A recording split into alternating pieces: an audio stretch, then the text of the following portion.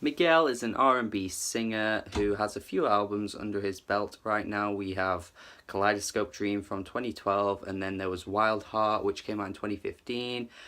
Now, I think Kaleidoscope Dream was the better of the two. I do feel like there were some hits on that album more than Wild Heart, but honestly, Kaleidoscope Dream hasn't really stood the test of time, I don't think. I think it's just paled in comparison to the great R&B albums that we've had over the past few years. Which is the thing about Miguel, honestly. I mean, there's just not much that keeps me wanting to go back to his music. There's just not enough star power there, I don't think. He has a great voice, perhaps better than some of his contemporaries. I would say he has a better voice than Frank Ocean, but the music just isn't as good, or the songwriting isn't as good, the lyrics aren't as vivid. And the same goes for any other R&B singer out there right now that's pushing the boundaries, making great R&B music, and Miguel just isn't at that level, unfortunately. Even on this new album, War and Leisure, it's just mostly okay. I don't really feel like there's much going on here. Melodically especially, a lot of these tracks are pretty forgettable. There's just not a whole bunch of oomph to it. I feel like Miguel just sits in this sort of coasting lane, just dragging himself through, doing his usual thing, not really pushing himself in any kind of way. And if you like Miguel's music, then you're gonna like this, of course. But for me, there's only really one big track on this album, just like his past few albums, like Adorn and Coffee. They were the two highlights from those albums, and the one from this one has got to be Told You So. Mostly for that just absolute 80s inspired synth line on the track. It's just such a great track, honestly. Told you so. It does make you want to get up and dance. It is the most danceable track in this album, on this album, in this album. But lyrically across this album, I mean, there's just not enough that stands out. I mean, he's usually just singing about things that I have to read into and go what? Like on the first track, Criminal, where he's just like, oh yeah, I feel like a criminal.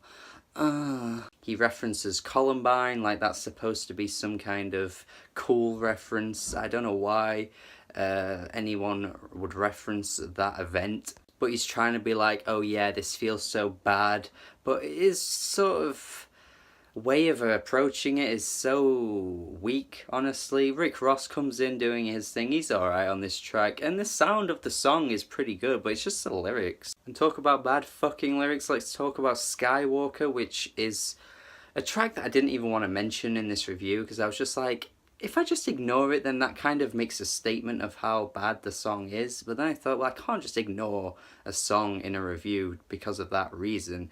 I have to just shit on it. First of all, it sounds like a Ray Shrimmer ripoff, honestly. It genuinely sounds like something they would have come out with on the Shrem Life album. And if you're a fan of Ray Shrimmer, I'm not personally, but if you're a fan of Ray Shrimmer, then don't listen to this song, because it's not even a good version of a Ray Shrimmer song. I'm Luke Skywalking on these haters, celebrate every day like a birthday. Luke Skywalking on these haters. Yeah, I mean, at least we're finding new ways to reference haters, but honestly, Miguel, this just isn't you. I do quite like the song Banana Clip though. I think that is melodically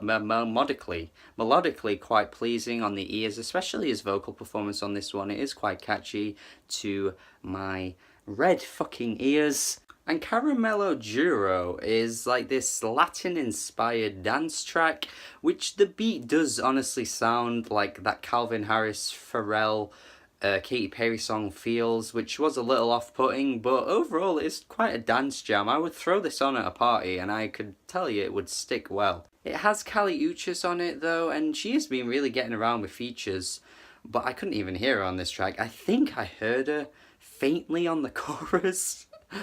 But she was barely there. I hate it when that happens. Like, why just don't, just why have them as a feature if they're not really going to be there? If they were a songwriter, then just credit them as that, but don't put featuring them if they're not there. Come Through and Chill comes straight after that track, which is very different. It's like a bit of a weird switch up. It's more of like a straight up R&B track. It actually reminds me of something that would have come on that Snow Allegra album that came out a few months back called Feels. I love that album, you should check that out. And it had that similar tone to it, But then towards the end of the track, we get J. Cole, and I don't know, man, what is he doing? So the song's premise is basically this sort of breakdown in relationship, if you can even call it that. I wouldn't even say it's like this proper relationship, to be honest, but it's like, oh, these two people aren't really in contact with each other, there's just a disconnect there. Miguel's been waiting on this girl, and you know, she's been on his mind and that kind of thing, and then J. Cole comes in and he's like, you've been on my mind, just like Kaepernick kneeling and the police killings and Trump and all that political palaver. Like, oh great, we needed politics in this song. Like, that was necessary for this song. Politics aren't relevant to this, but we have to shove politics into every as if like he needs to prove to people, oh, I think of political, socially conscious issues, guys.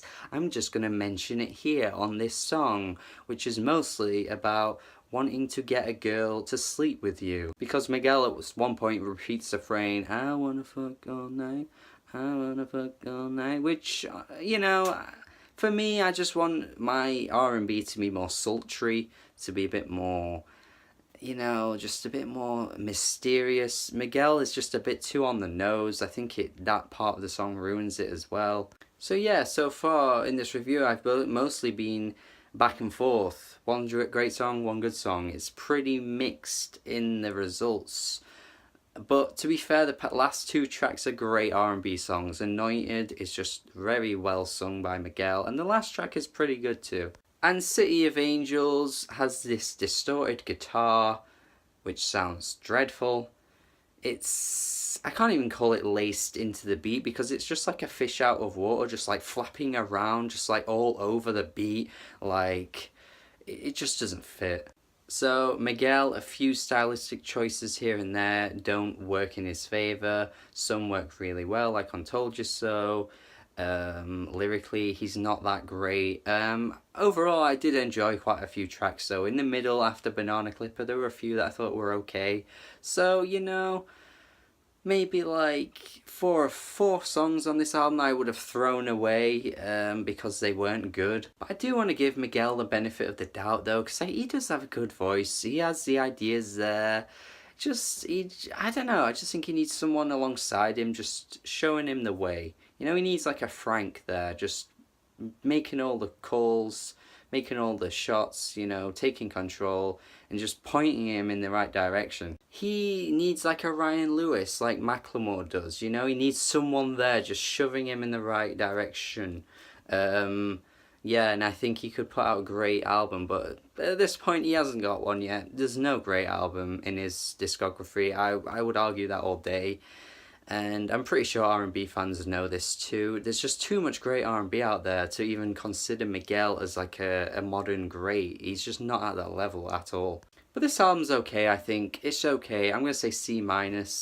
It's okay at points. Some bad moments too. J. Cole didn't need to be here. Caliuchis wasn't even here.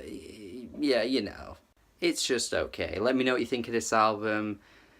If you liked it, or you hated it, or you loved it, all that kind of stuff, just let me know. Subscribe to the channel for more reviews as well if you haven't already. Let me know what I should review next, and have a good day. Have a good day.